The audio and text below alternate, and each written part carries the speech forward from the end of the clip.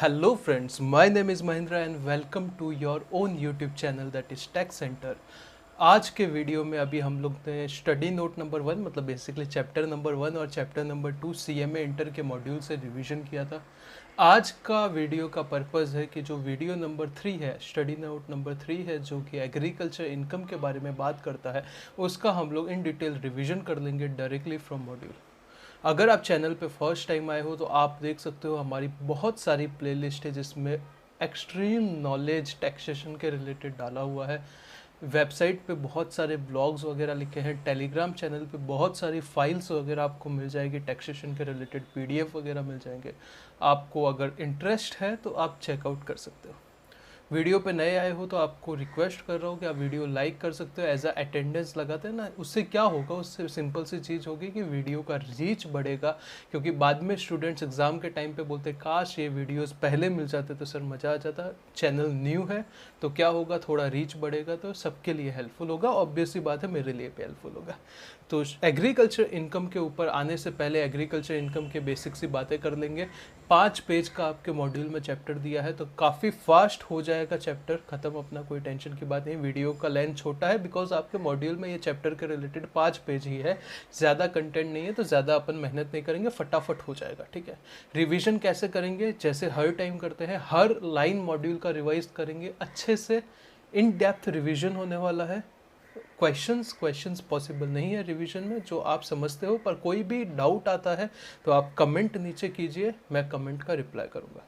Without wasting any further time मैं आ जाता हूँ अपने डेस्कटॉप के ऊपर और रिवीजन करते हैं स्टार्ट। ठीक है, चलो बाय बाय। स्टार्ट करते हैं नेक्स्ट स्टडी नोट पे। स्टडी नोट बोलो या चैप्टर बोलो, आपने स्टडी नोट बोला है तो study note number 3 agriculture income के ऊपर इनकम टैक्स की क्या इम्प्लीकेशन होती है उसके ऊपर वे सेम रहेगा। हम लोग मॉड्यूल को एक्सप्लोर करेंगे line by line.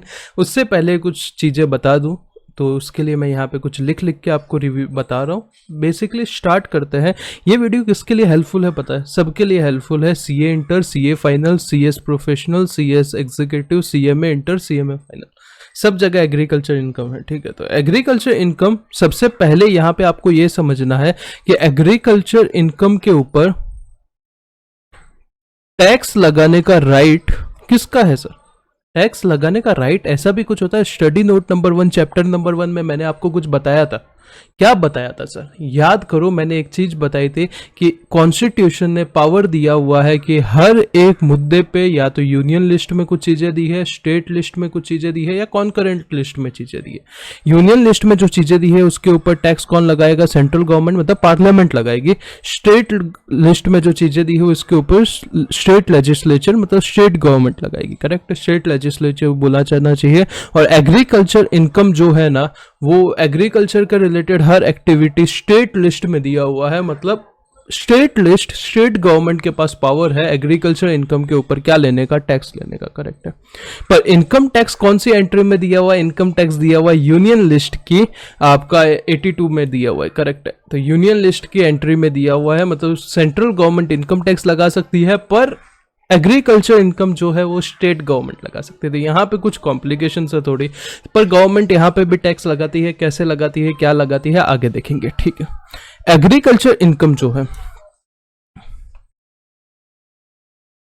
Agriculture income का जो टॉपिक है उसमें आपको बाइफरकेट कर देना है 3 पार्ट में। सबसे पहले आपको बाइफरकेशन करना है मीनिंग ऑफ एग्रीकल्चर इनकम क्या होता है, ये आपको पता होना चाहिए। दूसरा आपको पता होना चाहिए अगर कंपोजिट इनकम होती है तो वो केस में क्या होगा। कंपोजिट इनकम का मतलब क्या होता है पता है? आपका कोई बिजनेस एक्टिविटी है जिसमें आपके पास क्या है, आपके पास बेसिकली बिजनेस इनकम भी है एक ही बिजनेस में और एग्रीकल्चर इनकम भी है। कैसे ऐसे हो सकता है सर? मैं बताना चाहूंगा आपको। फॉर एग्जाम्पल समझो, आपका काम है, सबसे पहले आप पोटैटो उगाते हो, फार्मर हो, पोटैटो उगाते हो, उसके बाद आप खुद ही उसको कट करते हो, उसके वेफर्स बनाते हो, चिप्स बनाते हो और उसको सेल कर देते हो। तो इसमें जो पोटैटो बेच रहे हो, पोटैटो उगा रहे हो, वो एग्रीकल्चर एक्टिविटी है, पर जो चिप्स बेच रहे हो, वेफर्स बेच रहे हो, वो आपकी बिजनेस एक्टिविटी है। करेक्ट है, तो ये केस में क्या होगा, ये दूसरा कंसेप्ट रहेगा ये चैप्टर का। और तीसरा कंसेप्ट रहेगा बेसिकली आपका बहुत ही सिंपल सी चीज है, पार्शियल इंटीग्रेशन जिसको बोला जाता है। क्या होता है क्या नहीं होता है मैं आपको आगे बताऊंगा। पार्शियल इंटीग्रेशन करके एक कंसेप्ट होता है, ठीक है। स्टार्ट करते हैं, मॉड्यूल में आता हूं मैं आपके। सबसे पहले आते हैं agriculture income study note number 3, meaning वगैरह देखेंगे, ठीक है।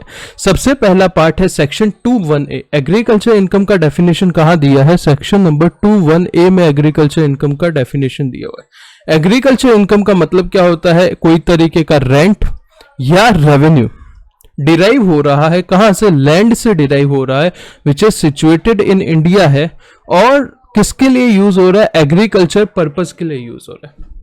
यहाँ पे फटाफट समझो क्या दिया हुआ है कि आप रेंट डिराइव कर रहे हो या कोई तरीके का रेवेन्यू डिराइव कर रहे हो। कहां से डिराइव कर रहे हो? लैंड से डिराइव कर रहे हो। लैंड कहां सिचुएटेड है? इंडिया में सिचुएटेड है, और यूज क्यों हो रहा है? एग्रीकल्चर पर्पस के लिए हो रहा है। तो रेंट का मतलब क्या हो रहा है? होता है आपने कोई जगह को रेंट पे दिया है, उधर से आपको इनकम आ रहा है रेंटिंग का। रेवेन्यू का मतलब क्या है? वो लैंड से आप कुछ उगा के बेच रहे हो। लैंड का मतलब क्या होता है? जमीन होता है। सिचुएटेड इन इंडिया, ये बहुत कंपलसरी है, आपको एग्जाम में कंफ्यूज करेगा। क्या कंफ्यूज करेगा? बोलेगा कि कोई एग्रीकल्चर इनकम हो रही है ऐसी लैंड से जो सिचुएटेड है पाकिस्तान में, तो एग्जेम्प्ट होगा? नहीं एग्जेम्प्ट होगा। एग्रीकल्चर इनकम जनरली एग्जेम्प्ट होता है, मतलब उसके ऊपर टैक्स नहीं लगता, पर वो इंपॉर्टेंट है कि इंडिया में सिचुएटेड होना चाहिए, और यूज कौन से पर्पस के लिए होना चाहिए? एग्रीकल्चर पर्पस के लिए होना चाहिए। तो एग्रीकल्चर पर्पस का मतलब क्या होता है? यहां पे नीचे दिया हुआ है। एग्रीकल्चर और एग्रीकल्चर ऑपरेशन या एग्रीकल्चर पर्पस जहां जहां भी दिया रहेगा उसका मतलब यह है कि एक्ट में कहीं पे भी बताया नहीं है एग्रीकल्चर का मतलब क्या होता है, पर एक केस लॉ है जिसका नाम है राजा बेनोय कुमार सोहस राय, जो भी है, उसमें यह लिखा है कि दो पार्ट में डिवाइड किया जा सकता है एग्रीकल्चर एक्टिविटी को। एक तो बेसिक ऑपरेशन में, एक सब्सिक्वेंट ऑपरेशन में। बेसिक ऑपरेशन का मतलब क्या होता है? ऐसा ऑपरेशन जिसमें ह्यूमन स्किल या लेबर लगता है, करेक्ट है। मतलब जो आप क्या कर रहे हो, लैंड को वो खोद रहे हो, उसमें सीड बो रहे हो, प्लांटिंग कर रहे हो, इरिगेशन कर रहे हो, करेक्ट है। इसको क्या बोला जाएगा? बेसिक ऑपरेशन बोला जाएगा। पर खुद ही घास उग रही है, उसको एग्रीकल्चर एक्टिविटी नहीं बोला जाएगा। आप उस पर कुछ करके उसको उगाओगे तो एग्रीकल्चर एक्टिविटी बोला जाएगा। और सब्सिक्वेंट ऑपरेशन का मतलब क्या है? उसके बाद का ऑपरेशन, मतलब आप प्रिजर्व कर रहे हो प्रोड्यूस को, उसको मार्केट में बेच रहे हो, उसके ऊपर कोई और तरीके की प्रोसेस कर रहे हो, तो सब्सिक्वेंट एक्टिविटी माना जाएगा। तो यहाँ पे ये आपको देखना है, जो बेसिक ऑपरेशन है वो एग्रीकल्चर एक्टिविटी माना जाएगा, सब्सिक्वेंट ऑपरेशन जो है वो एग्रीकल्चर एक्टिविटी नहीं माना जाएगा। पर सब्सिक्वेंट ऑपरेशन जो बेसिक ऑपरेशन के साथ होता है वो भी एग्रीकल्चर एक्टिविटी माना जाएगा, करेक्ट है। बेसिक ऑपरेशन एग्रीकल्चर एक्टिविटी माना जाएगा, सब्सिक्वेंट ऑपरेशन एग्रीकल्चर एक्टिविटी नहीं माना जाएगा। सब्सिक्वेंट ऑपरेशन जो कि बेसिक ऑपरेशन के साथ हो रहा है वो एग्रीकल्चर एक्टिविटी माना जाएगा, ठीक है। तो यहां पे हम लोग ने पहला पॉइंट देखा। 5 पॉइंट है एग्रीकल्चर इनकम का मतलब क्या होता है। पहला पॉइंट क्या है? कोई भी रेंट आ रहा है, कोई भी रेवेन्यू आ रहा है, कोई फर्क नहीं पड़ता। लैंड से आ रहा है जो कि इंडिया में सिचुएटेड है, किसके लिए वो लैंड यूज हो रही है? एग्रीकल्चर पर्पस के लिए यूज हो रही है। एग्रीकल्चर पर्पस का मतलब क्या होता है? नीचे हम लोग ने देख लिया। रेंट कैश में भी हो सकता है, काइंड में भी हो सकता है। काइंड का मतलब क्या होता है? सर मेरे पास लैंड है, एग्रीकल्चर की खेती की जमीन है, मैं कोई किसान को बोलता हूँ कि भाई यहाँ पे खेती कर, किस चीज की करेगा? एप्पल की करेगा, ठीक है। 50% एप्पल तू रख लेना, 50% एप्पल मैं रख लूंगा।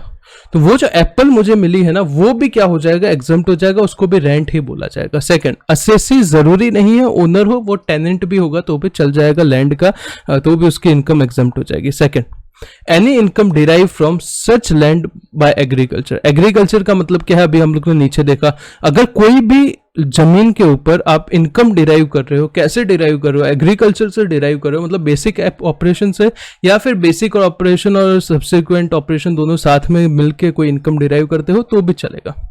थर्ड और फोर्थ पॉइंट एकदम सेम है, यहां पे परफॉर्मेंस लिखा हुआ है और यहां पे सेल लिखा हुआ है, बाकी दोनों में कोई डिफरेंस नहीं है।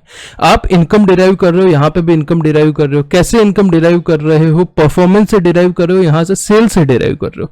कौन डिराइव कर रहा है? यहां पे भी कल्टीवेटर कर रहा है, यहां पे भी कल्टीवेटर कर रहा है, मतलब जिसने वो प्रोड्यूस उगाया है। और दूसरा कोई ऐसा आदमी जो कि रेंट इन काइंड ले रहा है, वो सेल से या तो पैसा कमा रहा है या फिर परफॉर्मेंस से पैसा कमा रहा है, तो वो भी क्या माना जाएगा? एग्रीकल्चर एक्टिविटी ही माना जाएगा, करेक्ट है।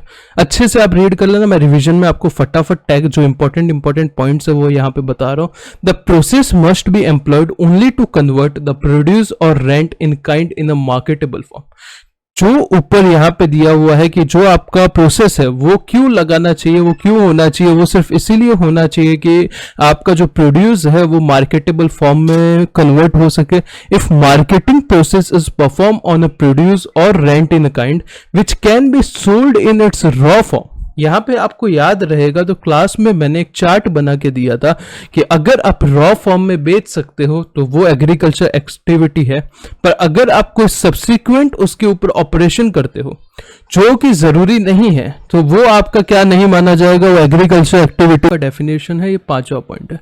कोई भी तरीके का इनकम आप डिराइव कर रहे हो, कहां से, कोई बिल्डिंग से डिराइव कर रहे हो, subject to fulfilment of following condition. जो बिल्डिंग है वो ऑक्यूपाई होना चाहिए बाय कल्टीवेटर और receiver of rent in kind. मतलब जो एग्रीकल्चर एक्टिविटी कर रहा है उसने क्या किया रहना चाहिए, वो बिल्डिंग को ऑक्यूपाई करके रखना चाहिए। दूसरा, जो बिल्डिंग है वो इमीडिएट विसिनिटी ऑफ लैंड होना चाहिए, मतलब जो एग्रीकल्चर लैंड है उसके जस्ट चिपक के, उसके जस्ट पड़ोस में होना चाहिए क्या आपका जो भी बिल्डिंग है वो।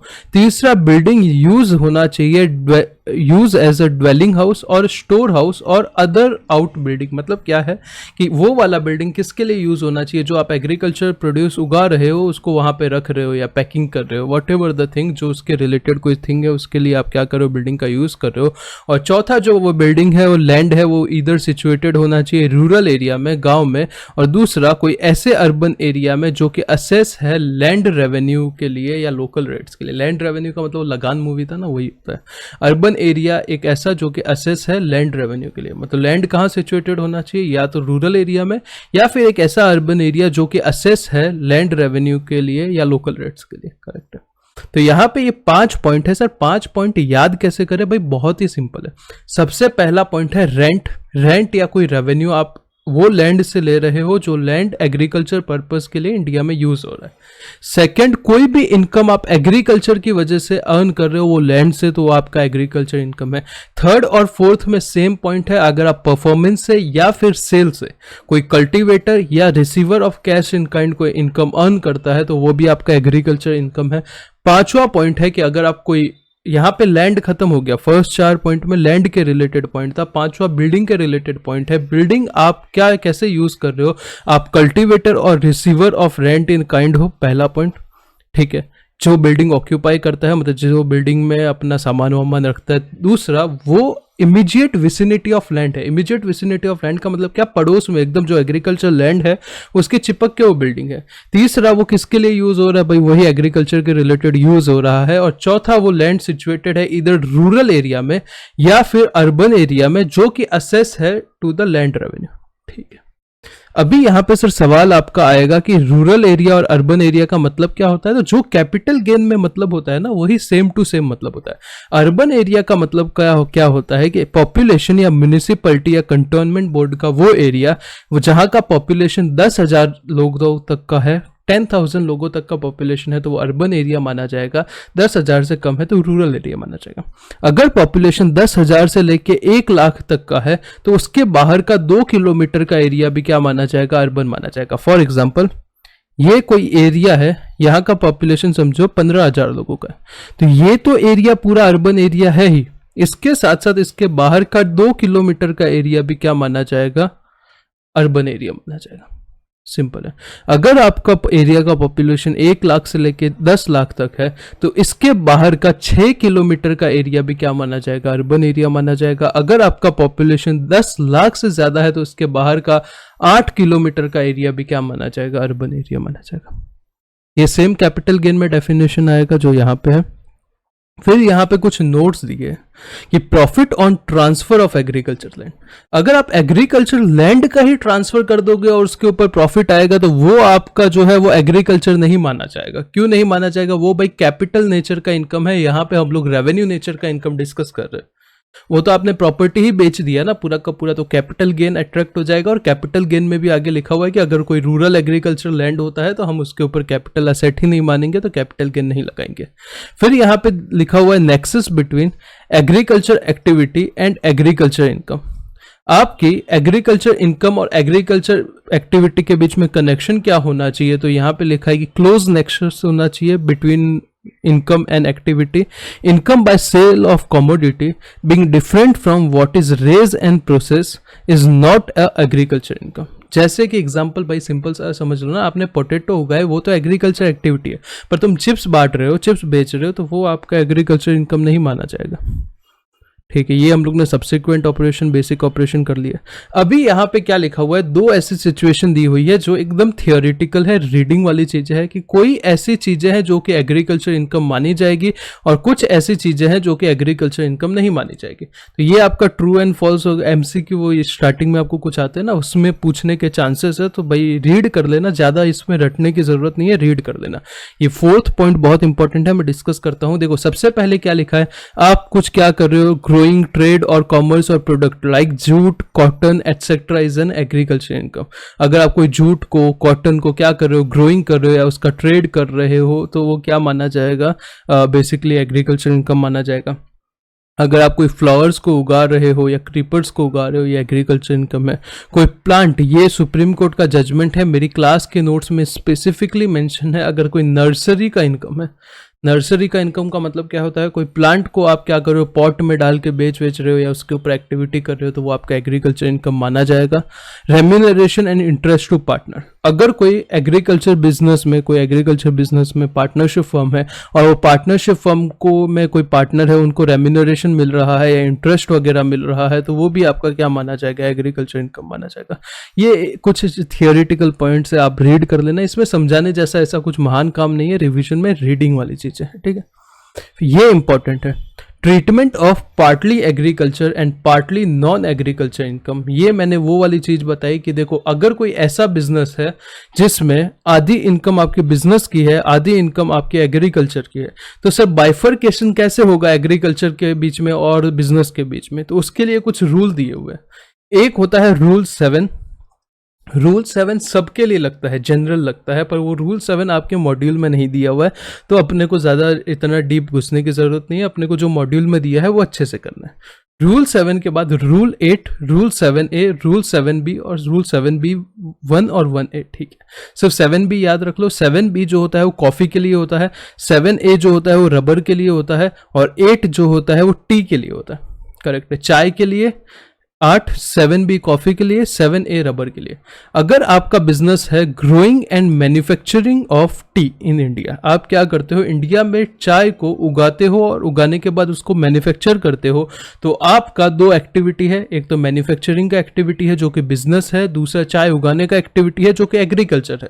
तो वो केस में समझो आपका इनकम आ रहा है 10 लाख, तो आपको क्या करना है, बहुत ही सिंपल सी चीज करनी है, 60% एग्रीकल्चर मान लेना है, 40% आपको नॉन एग्रीकल्चर मान लेना है।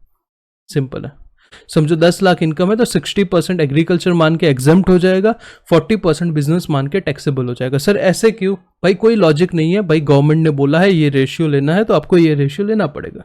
सेकंड पॉइंट, अगर एसएससी इन्वॉल्व है growing and manufacturing of rubber, पहला चाय था, दूसरा क्या है रबर। रबर के केस में 65% आपको एग्रीकल्चर लेना है और 35% आपको बिजनेस लेना है। जो ज्यादा वाला पार्ट है ना, जो बड़ा वाला पार्ट है वो आपका एग्रीकल्चर का है, जो छोटा वाला पार्ट है वो बिजनेस का है। करेक्ट है। थर्ड, 7B और 7B1 और 7B1A किसके लिए है, ये कॉफी के लिए है। अगर आप कॉफी को ग्रो और क्योर करते हो, सिर्फ दो चीजें करते हो, ग्रोन एंड क्योर्ड करते हो, तो 75% आपका क्या माना जाएगा, एग्रीकल्चर माना जाएगा और 25% बिजनेस माना जाएगा। और अगर आप कॉफी को ग्रो करके, क्योर करके, रोस्ट करके, ग्राउंड करते हो, तो आपका 60% इनकम क्या माना जाएगा, एग्रीकल्चर, 40% आपका क्या माना जाएगा, बिजनेस। सर याद कैसे रखें, याद रखने का बड़ा सिंपल तरीका, सबसे पहले चाय को याद कर दो 60-40, ये सेम टू सेम कॉफी का ग्रोन एंड क्योर्ड भी 60-40 है। ठीक है, फिर 75-25 किसका है, कॉफी ग्रोन एंड क्योर्ड, यहाँ पे ग्रोन, क्योर्ड, रोस्टेड और ग्राउंडेड वगैरह है। ठीक है, और रबर सबसे अलग है, तो रबर का सबसे अलग परसेंटेज है 65-35। कोई और केसेस है ये चाय, कॉफ़ी, रबर के अलावा, तो आपको 2 PNL अलग से बनाने पड़ेंगे। एग्रीकल्चर का PNL अलग रहेगा और अदर का PNL अलग रहेगा। जो एग्रीकल्चर के रिलेटेड है वो उसके PNL में डाल देना है, जो बिजनेस के रिलेटेड है वो उसके PNL में डाल देना है। Market value of any agriculture produce which is utilize as a raw material in such business is to be held treated as income from agriculture business and expenditure for non agro. ठीक है भाई, ये एक example दिया है, बड़ा ही easy सा example है, आप आराम से सॉल्व करो। कोई डाउट है तो मुझे कमेंट में पूछो, मैं आपका जवाब दे दूंगा। Impact of agriculture income on tax computation, इसको क्या बोला जाता है? पार्शियल इंटीग्रेशन बोला जाता है। पार्शियल इंटीग्रेशन का मतलब क्या है? देखो, डायरेक्टली तो गवर्नमेंट टैक्स नहीं लगा सकता एग्रीकल्चर इनकम के ऊपर, डायरेक्टली तो गवर्नमेंट टैक्स नहीं लगा सकता, तो गवर्नमेंट ने क्या बोला? इनडायरेक्टली टैक्स लगाने की कोशिश करते हैं। गवर्नमेंट ने बोला कि आपका ये कंडीशन सेटिस्फाई करते हो तो आपके ऊपर टैक्स लगाने का तरीका थोड़ा सा बदल जाएगा। कौन कौन सी कंडीशन? सबसे पहले गवर्नमेंट ने बोला कि अगर असेसी इंडिविजुअल है, एचयूएफ है, बीओआई है, एओपी है या फिर एजेपी है। पर्सन कितने थे? 7 लोग थे, उसमें से इंडिविजुअल है, एचयूएफ है, एओपी है, बीओआई है, एजेपी है। करेक्ट है। अगर ये पर्सन है और इनका जो बेसिक एग्जम्पशन से इनकम ज्यादा है, इनका जो नॉन एग्रीकल्चर इनकम है वो कितना है? बेसिक एग्जम्पशन से ज्यादा है। बेसिक एग्जम्पशन का मतलब क्या होता है? या तो 2.5 लाख या 3 लाख या 5 लाख, और इनका एग्रीकल्चर इनकम 5,000 रुपए से ज्यादा है। अगर ये 3 कंडीशन सेटिस्फाई होती है तो आपके ऊपर पार्शियल इंटीग्रेशन का क्या लगेगा? कंसेप्ट लगेगा। पार्शियल इंटीग्रेशन में क्या करना है? सबसे पहले स्टेप 1 लेना है, जिसमें आपको क्या करना है? इनकम टैक्स निकालना है टोटल इनकम के ऊपर, मतलब agriculture income plus non agriculture income दोनों के ऊपर आपको क्या निकाल देना है? टोटल इनकम निकाल देना है। उसके बाद क्या करना है? आपको टैक्स निकालना है agriculture income plus basic exemption के ऊपर। जो भी बेसिक एग्जम्पशन है, अगर 2.5 लाख है तो वो 3 लाख है तो वो, ये 5 लाख है तो वो।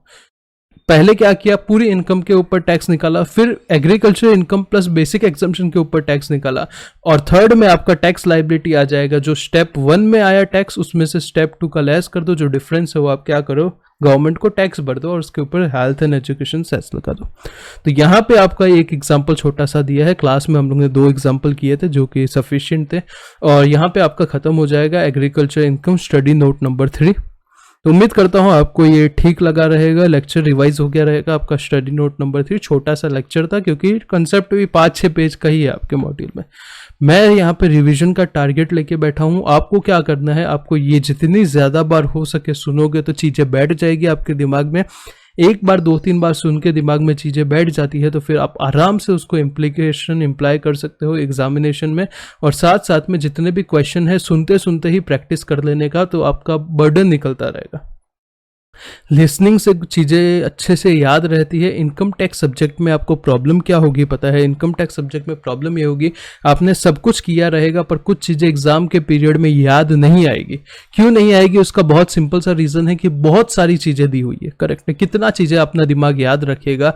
तो सर बहुत ही सिंपल सा तरीका है। क्या तरीका है? बार बार उसको रिवाइज करो। अगर पढ़ के रिवाइज करने बैठोगे तो क्या प्रॉब्लम होगा पता है? बहुत ज़्यादा टाइम कंज्यूम होगा। दूसरे भी सब्जेक्ट है, ईयरफोन लगा के 1.75 1.5 की स्पीड पे फटाफट वॉक कर रहे हो सुन लो, खाना खा रहे हो साथ में सुन लो, मतलब जब भी आपको टाइम मिलता है, जब आप निकाल सकते हो सुन लो, तो आपको क्या हो जाएगा? ये चीज़ें बैठ जाएगी दिमाग में 2-3 बार सुनने के बाद, तो आपके लिए सही रहेगा। 2-3 बार क्यों, मैं तो बोलता हूँ जितना ज़्यादा हो सके, अभी एग्जाम अक्टूबर में, जितना ज़्यादा हो सके सुनते रहो भाई, क्या फ़र्क पड़ता है। ठीक है, चलो bye bye. Next lecture study note number 4 पे आएगा, जो कि कल परसों तक आ जाएगा, कोई दिक्कत नहीं है।